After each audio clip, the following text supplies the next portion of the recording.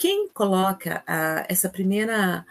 os primeiros os indícios, aí os primórdios sobre esse tema metacognição foi o John Flavel. Ele foi um professor da Universidade de Stanford, nos Estados Unidos, que na década de 70, então vejam, foi no século passado, eu não tinha nem nascido ainda, quando ele começa a definir metacognição. Então, ele fala sobre metacognição em processos cognitivos. Olha, a metacognição não é uma experiência somente prática. A metacognição é uma experiência prática, mas que produz processos cognitivos. O que são processos cognitivos? São habilidades de monitorar, de organizar, de modificar metas, conceitos, objetivos e que melhoram as nossas capacidades cognitivas. Vocês vão ter um evento aí na terça-feira que vai falar de freio inibitório. Freio inibitório é um processo cognitivo que nós só controlamos quando nós entendemos o que está provocando essa situação, o que está desencadeando essa situação ou essa inabilidade que o sujeito tem de controle, porque é um comportamento social. Quando nós observamos o sujeito, nós observamos enquanto comportamento social, só que esse comportamento social, ele se faz primeiro aqui, ó. Estão vendo esse GIF do cérebro? Estão vendo esse GIF colocando a mãozinha aí no cérebro? Tudo é atividade cerebral. São as nossas atividades cerebrais que proporcionam, que nos garantem, que fortalecem tudo que nós vamos realizar ao longo da vida. Seja essa habilidade a aprender a ler ou escrever, ou seja uma habilidade como essa que eu quero passar para vocês daqui a pouco, de desenvolver um raciocínio lógico para realizar a montagem da Torre de Hanoi. A Torre de Hanoi é uma das ferramentas mais utilizadas para trabalhar aspectos de atenção, de memória, de raciocínio e para organização de pensamento.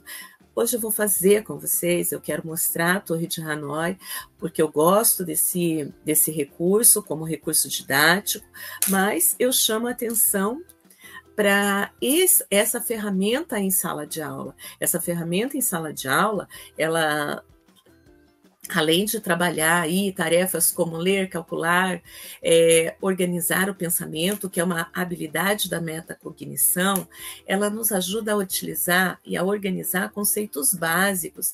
O que é maior, o que é menor, o que vem antes, o que vem depois, antecipação de pensamento. Como que eu faço isso? Primeiro, aprendendo a usar esse recurso, aprendendo as ferramentas que esse recurso tem. Como que eu aprendo isso? Vindo fazer o curso de pós. Né? A melhor alternativa é fazer esse curso de pós, porque lá na pós eu vou falar de dificuldades de aprendizagem, eu vou falar dessas experiências metacognitivas com vocês. Quando eu digo eu e outros professores, tá? Eu e muitos outros professores que a Rema tem estão falando sobre essas habilidades metacognitivas, estão falando sobre como nós vamos refletir sobre essas tarefas. E é claro que nos ajustes do curso, a gente consegue não só falar sobre a experiência teórica, mas também levar materiais que sejam práticos, que possam ser utilizados no nosso dia a dia. Eu vou utilizar uma ferramenta como essa, porque é só um jogo. Se eu não souber a importância desse jogo, ele é só uma brincadeira. Tudo para criança tem que ser uma brincadeira, mas uma brincadeira prazerosa. E o quanto essa brincadeira prazerosa, ela pode modificar os processos de pensamento, como ela pode modificar as nossas relações com os processos de atenção, memória, raciocínio, compreensão, metas, como que eu elaboro isso dentro desse processo de aprendizagem. Então, pensar nessas aprendizagens é entender essas habilidades. Primeiro, eu tenho que entender o que é aprendizagem e eu tenho que reconhecer essa aprendizagem nas situações acadêmicas. Quem são as situações acadêmicas ou onde eu vejo essas situações acadêmicas? Na sala de aula. Eu vejo lá com o meu aluno, com aquele aluno na turma que eu tenho 30, naquele aluno na turma que eu tenho 20, naquele aluno que está sentado na minha frente fazendo as atividades clínicas mais sistematizadas. Então, eu vejo esses processos de aprendizagens com o aluno, com a criança.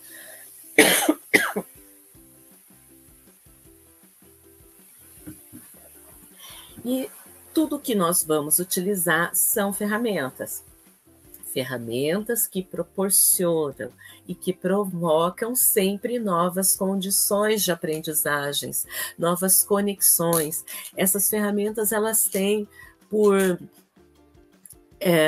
o nome jogo, ele já chama a atenção do nosso sujeito para algo que ele vai ter uma regra clara, uma regra que ele vai ter que cumprir. Então, isso é uma experiência acadêmica, isso é uma forma de aprendizagem, porque quando eu jogo ou quando eu proporciono uma experiência de aprendizagem por meio do jogo, o aluno automaticamente já faz uma reflexão cerebral que ele não pode avançar ao próximo nível ou realizar a próxima tarefa sem ter concluído a tarefa anterior. Essa é uma ferramenta desse processo metacognitivo, porque na pós a gente vai falar bastante desses elementos, do desenvolvimento do plano de ação, do monitoramento, da avaliação desse plano de ação.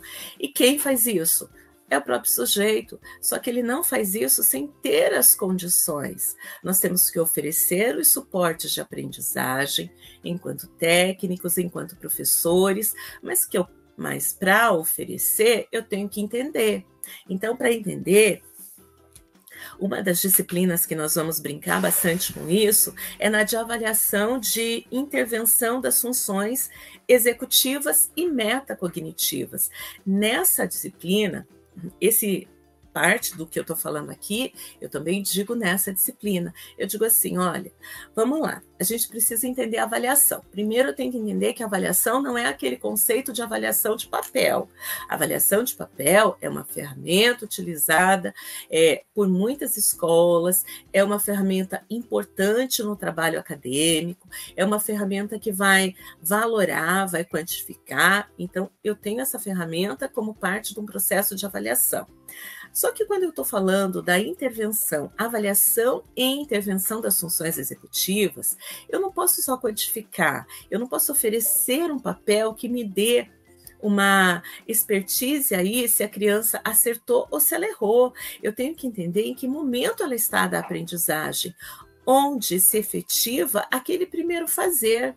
E como que ele executa, quanto tempo ele leva, o que ele já sabe sobre determinado assunto. Então, eu posso ter, por exemplo, um aluno, e foi uma situação tão interessante, porque eu atendo uma criança, um adolescente, Teia, e eu já atendo ele há bastante tempo, e ontem eu tive atendendo ele, e ele tinha um trabalho sobre a metamorfose dos insetos, para fazer na escola. E a mãe dele me ligou dizendo que eles não estavam conseguindo fazer em casa porque ele queria fazer do jeito dele. Bom, é um aluno TEA, assim como tantos outros alunos típicos querem fazer as coisas do jeito deles. Eu falei assim, tudo bem, deixa ele trazer o que é esse jeito dele, eu quero entender o que é esse jeito dele fazer a coisa. Aí ele chegou aqui com vários papéis, né? Ele tinha impresso, a família tinha ajudado, ele tinha impresso várias coisas sobre o desenvolvimento da metamorfose dos insetos, ele tinha visto sobre a borboleta, sobre o gafanhoto, sobre...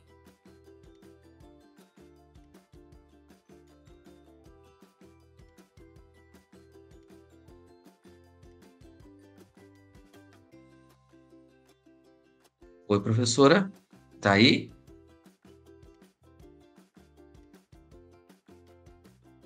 Pessoal, só um minutinho que parece que a professora travou lá, só um minutinho, tá?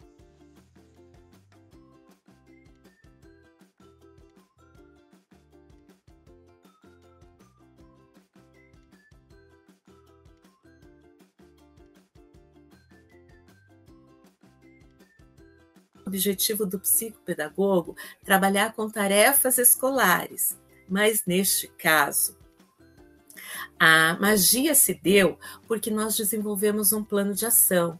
E eu disse assim para ele: eu entendo tudo isso. É verdade. Quando você vem aqui, nós estamos trabalhando o que mesmo? Estratégias de pensamento. A partir do quê? A partir de um jogão. Então, qual é o jogo que nós vamos fazer hoje? Eu quero fazer o Otelo. Mas a gente não vai poder fazer o Otelo. Porque primeiro a gente vai ter que entender o que é esse negócio que você tem que fazer aí no trabalho de ciências. Fala para mim. Eu nunca ouvi falar sobre metamorfose de insetos. Me diz o que é isso. Eu já li tudo isso aqui.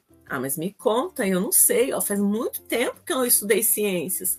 Eu não sei nada. O que essa criança fez? Leu para mim, contou, elaborou o próprio pensamento, porque ao falar, ao ler, é a máxima do Vygotsky, nós estamos elaborando o pensamento. Eu falei assim, nossa, que legal. E daí, quais desses, de todos esses insetos aí, eu até tenho um pouco de nojo de inseto, vou contar a verdade para você. Qual desses insetos aí você achou a metamorfose dele mais interessante? Ele falou assim, eu gostei das borboletas. Eu falei assim, olha que legal, e o que você acha? Monitoramento e plano de ação. Eu já parti para o plano de ação. E o que você acha, então, de você colocar no teu trabalho o que você achou de mais interessante? Ele bem assim para mim, pode ser. Eu falei assim, então, muito bem. Eu vou te dar uma folha. Eu não sei se você... Eu vou te dar uma folha aqui e eu quero saber o que você escolheria para colocar nessa folha.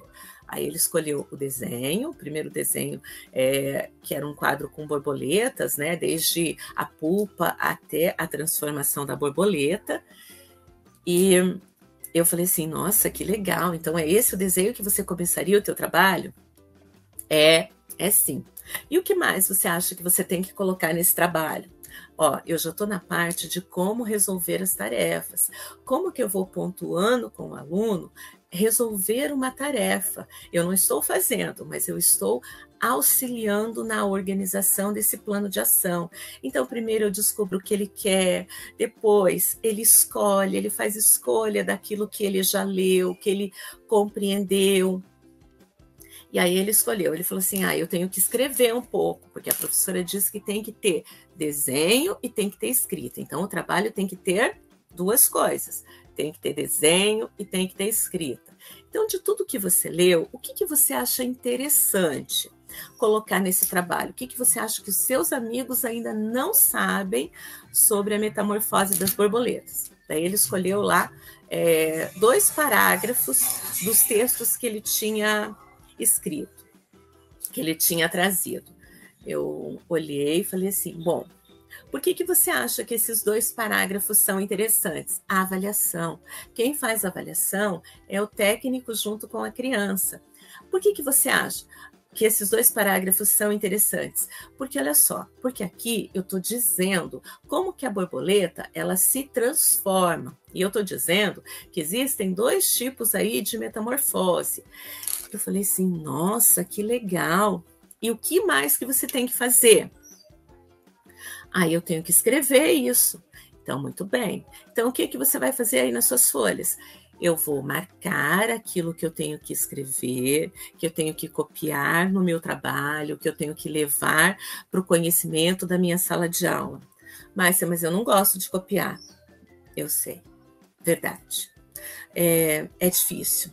Isso exige da gente realmente um esforço muito grande. Mas olha, vai por mim.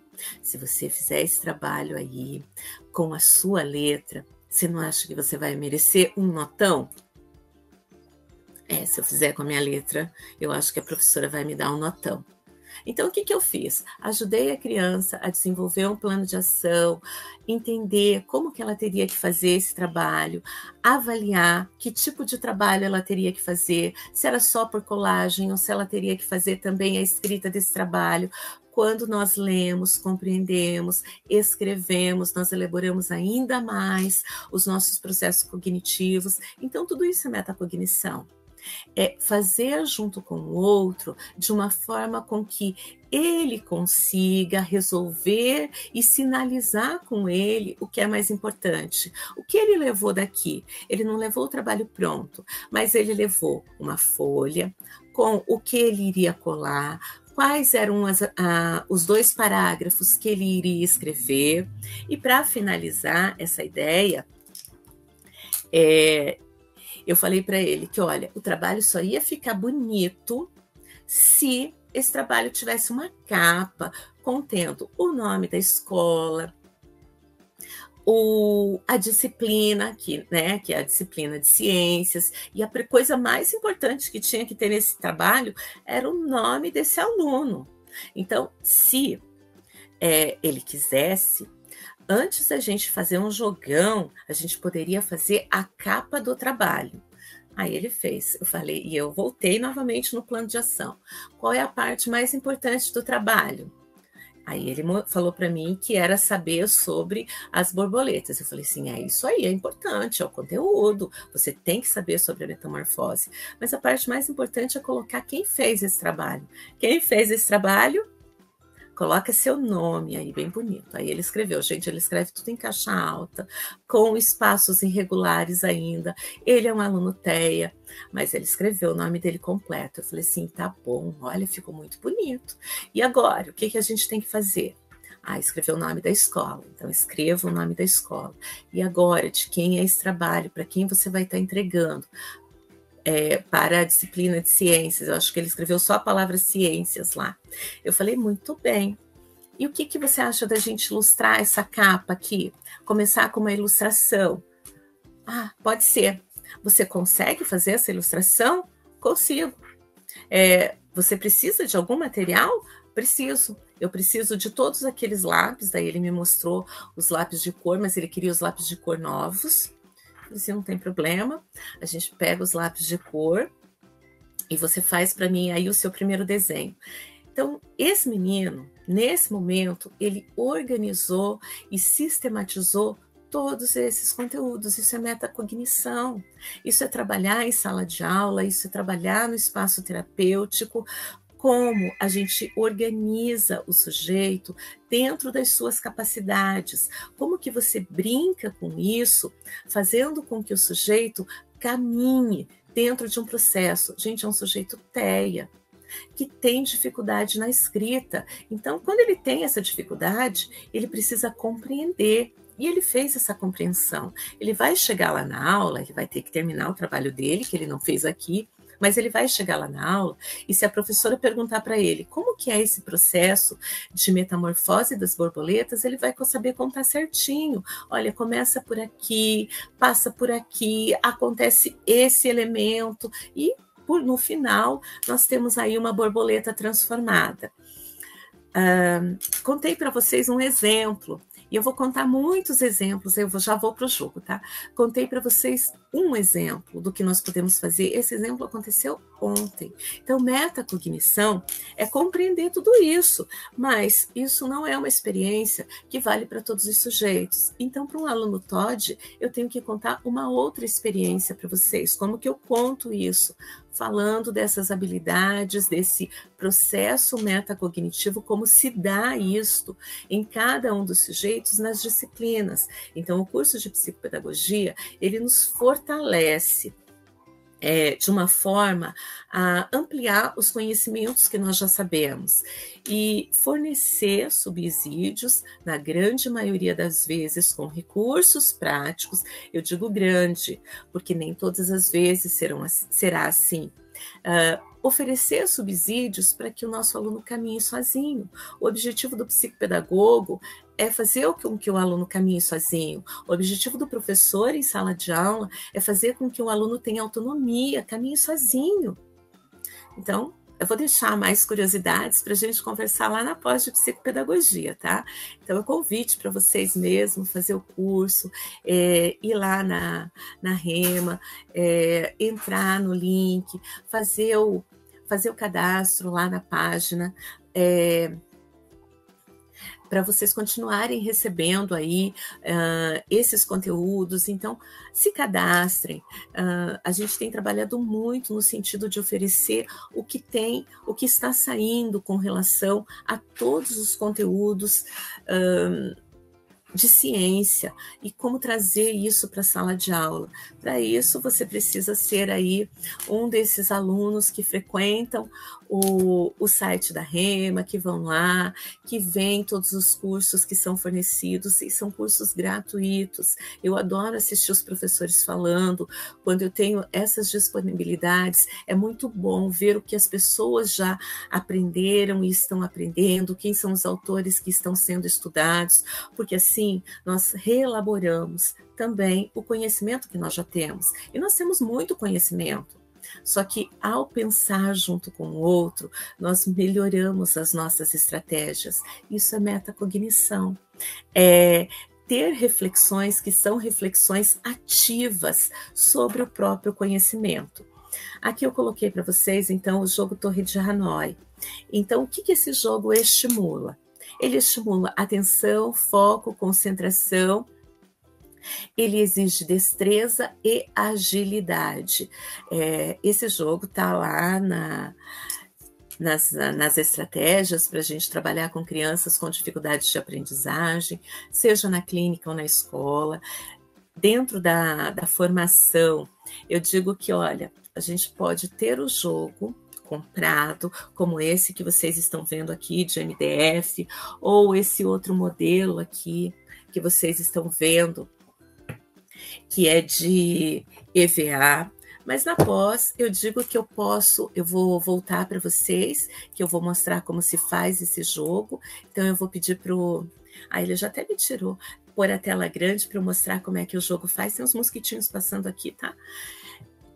Na pós eu digo que a gente pode fazer esse jogo para utilizar na sala de aula. Então, utilizar isso fortalece os nossos processos de atenção seletiva, de atenção sustentada, que são mecanismos neurocognitivos importantes para aprender a ler, escrever, fazer conta, para aprender a ter comportamentos sociais. Mas não dá para falar tudo de uma vez, então eu vou fazer o jogo para vocês entenderem como é um jogo de estratégia. A primeira coisa que eu vou mostrar é a torre. Para quem não conhece a torre, nós temos vários tipos de torre, e aqui eu quero dizer que esse jogo ele tem uma história. Ele não é um jogo atual, mas atualmente nós temos utilizado muito, porque ele trabalha com uma base, ele trabalha com a ideia da base matemática. Mas, independente de trabalhar com a ideia matemática, nós temos aqui conceitos. A Regiane falou de conceitos elementares. Então, estão vendo essa escadinha? Dá para vocês verem que aqui eu tenho menor, maior, maior, maior, maior e maior. Então, eu tenho uma ideia do maior para o menor. Essa é uma ideia que nós trabalhamos na questão da matemática. Mas tem uma outra ideia na matemática, que é o antes e o depois. O que vem antes e o que vem depois. Também é uma ideia matemática. Na torre, nós só temos uma única regra. Todos os jogos têm regras. Na torre só tem uma. A peça maior nunca vai ser colocada em cima da peça menor. Então, o que a criança tem que fazer? Utilizando essas 3 hastes, e ela pode utilizar as 3 hastes como suporte, passar as pecinhas de um lugar para o outro. Então, ela começou aqui, ela pode terminar aqui ou ela pode terminar aqui, mas ela tem que sair dessa primeira haste. Uma coisa que sempre me perguntam é assim: em que posição a torre começa? Não tem uma posição específica. Essa aqui, por exemplo, é uma torre, que ela é oval. Então, dependendo do lado que eu coloco, ela está no começo ou no fim. Mas para brincar com vocês, eu escolhi essa que visualmente favorece esse trabalho de percepção. Então, qual foi a regra que eu disse? Que a peça menor nunca pode ser colocada, a peça maior nunca pode ser colocada em cima da peça menor. Então, o que eu vou usar? Eu vou usar as duas hastes como recurso pedagógico, para que eu possa, olha a estratégia de pensamento, para que eu possa antecipar aquilo que eu vou fazer. Então, para começar, eu vou mudando as peças de lugar. Olha só, mudei a primeira peça de lugar. Então, veja. Na terceira peça, eu posso colocar ela aqui? Não, ela é maior. Posso colocar ela aqui? Não, ela também é maior. Então, é essa peça que eu vou trabalhar nesse momento? Não, eu tenho que usar a regra. A peça maior nunca pode ser colocada em cima da peça menor, mas eu tenho que mudar a torre de lugar. Então, eu tenho que ter reversibilidade de pensamento para pensar que a minha estratégia não é tirar a peça maior, e sim observar qual é a peça que eu posso estar formando a torre na outra haste. Então, viram? Eu tirei a peça maior, coloquei ela e já coloquei duas outras peças acima dela. Conceito de maior ou menor. Cometi algum erro até aqui? Não. Tem problema se eu cometer, se eu voltar o pensamento para poder visualizar o que eu tenho que fazer agora? Também não. Porque a criança, quanto mais ela faz esse exercício, mais ela compreende qual é o nível de raciocínio que ela está. Na pós-graduação, a gente vai brincar com vários jogos. Eu trouxe um para vocês. Então, eu vou pegar jogos e eu vou dizer assim, olha, estão vendo esse tabuleiro aqui? Desse tabuleiro, eu tenho vários que são construídos para trabalhar a estratégia de pensamento. Tem o jogo 1, jogo 2, jogo 3, jogo 5, jogo 10... todos com o mesmo objetivo de aprendizagem, só que com disfarces, porque a cada vez que a criança faz esse jogo, ela vai organizando melhor suas ações. Então, veja, e agora? A torre está nessa posição. Qual é a peça que eu tenho que tirar? Será que eu tenho que tirar essa primeira aqui, que é um rosa mais clarinho? Ou será que o que eu tenho que tirar é essa peça vermelha aí? Quem souber pode colocar aí no chat para mim. Lembrem que eu tenho que trocar a torre de lugar. Qual é a peça que eu tenho que tirar primeiro? E para tirar essa peça, qual é a que eu vou ter que movimentar? Onde eu vou colocar as figuras? Vocês viram que eu pensei? Eu olhei para a peça para ver o que eu tinha que movimentar, para saber qual é o local que eu teria disponibilidade para modificar a torre de lugar. Então, quando a gente faz isso, nós estamos oferecendo para o sujeito possibilidades. Olha a torre sendo mudada de lugar de novo. E a gente faz isso brincando. Eu não tenho que tirar a peça vermelha? Tenho que tirar a peça vermelha. Eu já tenho uma haste onde colocar a peça vermelha. E agora, gente, para ganhar o jogo, o que eu tenho que fazer? Mudar a azul de lugar. Mas para mudar a azul de lugar, eu preciso construir a torre em cima da peça vermelha. Então, qual é a primeira que eu tenho que tirar? É a amarela. Então, a amarela tem que vir para onde? Tem que vir para cima da peça azul. Então, em cima da peça vermelha. E para fazer isso, eu tenho que entender qual vai ser a série que eu vou usar antes e qual é a série que eu vou usar no depois. Então, para fazer isso, a primeira coisa é trazer essa peça rosa para cima da peça azul. Então, nós vamos mudar isso de uma forma em que as peças sejam posicionadas, trazendo esta habilidade. Olha lá. Montei usando todas as hastes agora. Lembram que eu falei que eu tinha que tirar a peça amarela? Tirei a peça amarela. Olha a peça amarela aqui. Quase prontinho para ter um espaço para mudar a peça azul de lugar. E aí, mais uma vez, eu tenho que antecipar. Perceberam? Ó, antecipa a jogada. Onde que eu vou colocar? Se eu tirar a peça rosa e colocar em si essa rosa mais escura e colocar aqui, vocês acham que vai dar certo? Não, né? Porque a que está embaixo é maior. Então, ela vem para cima da azul, eu trago a verde primeiro e depois trago a rosa. E assim, eu consigo fazer mudança da torre de lugar. E depois é só construir a torre aqui em cima novamente. Esse jogo a gente pode fazer em sala de aula, é bem fácil de fazer. Lá na pós eu conto para vocês várias estratégias de como fazer e mais. Além de fazer o jogo, como que eu vou utilizar para trabalhar essa ideia da organização de pensamento, para trabalhar o que vem antes, o que vem depois, essa estrutura de maior e menor, que são habilidades necessárias para os conhecimentos de qualquer disciplina acadêmica. Para entender o movimento linear de escrita, eu tenho que entender essa organização motora, que começa com o visual, com o auditivo, com o perceptivo, e a criança fazendo. A partir de qual idade que eu começo a trabalhar a Torre de Hanoi? Posso começar a partir dos 4 anos. Mas você está dizendo que com 4 anos a criança consegue brincar com todas essas peças? Não, mas ela pode brincar com 3 peças. Então, essas estratégias são estratégias que nós vamos conversando ao longo do desenvolvimento, porque uma criança com 3 anos, ela já tem um conceito de maior e menor, porque ela já tem linguagem, ou entende-se que ela já tenha o domínio da linguagem. Uma criança de 4 anos, ela já tem linguagem, ela já tem muitos conhecimentos sobre as habilidades acadêmicas. Então, uma criança de 4 anos, ela já evoluiu mais o pensamento, mas ela precisa ainda entender o que vem antes e o que vem depois. E essa flexão, essa reversibilidade mesmo de pensamento, de antecipar, isso é planejamento, é uma experiência cognitiva que nós vamos aprender não só para as habilidades acadêmicas, mas ao longo da nossa vida. Então, trabalhar com os recursos da psicopedagogia dentro da sala de aula são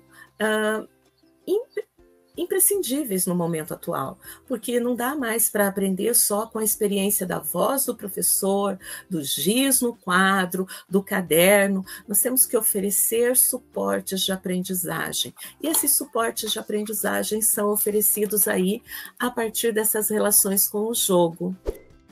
E aí, gostou desse vídeo? Então curta para que ele possa alcançar e ajudar mais pessoas. E se inscreva também em nosso canal do YouTube para contribuir aprendendo com a gente sobre esse e muitos outros temas. E ative o sininho aqui embaixo para receber aviso toda vez que tiver um conteúdo novo. Um abraço e até breve!